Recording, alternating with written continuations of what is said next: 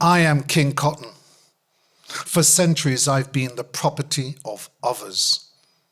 Picked, ginned, baled, bartered, sold, traded, exchanged, yarned, spun, woven, tailored and stitched into fashion design.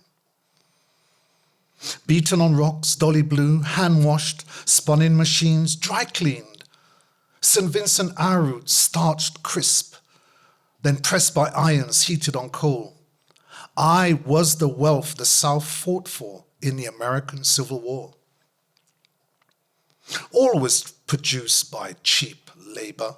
Now I'm just cheap, and the labor is third world cheaper. By pesticide, poison, farm labor, picking this white, dirty crop. Producing 80% of the world's cotton, yarn and fabric, Manchester titled herself Cottonopolis, ignoring the human cost of slavery. But a hot cotton wash can't whitewash the past. It lives on in the presence of Mancunians, descendants of captured Africans. The Slave Abolition Act compensated £20 million for lost property to the owners of slaves, who then invested that money in more mills and grander stately homes and civic arts galleries and museums. It released money to exploit further the exploited. There was no regard for child labor.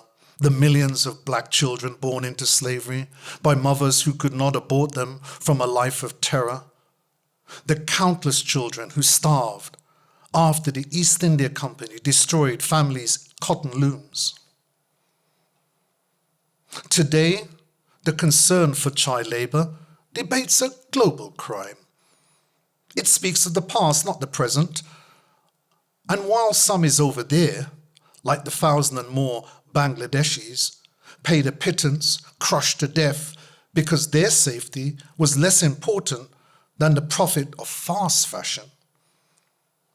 Not about the children at Leicester food banks whose sweatshop employed parents are paid below the 2022 minimum wage.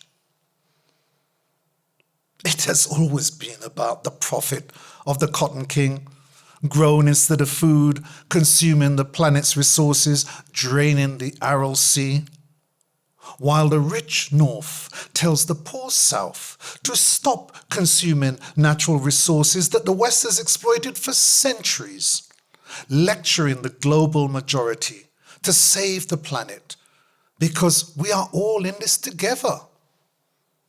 But are we?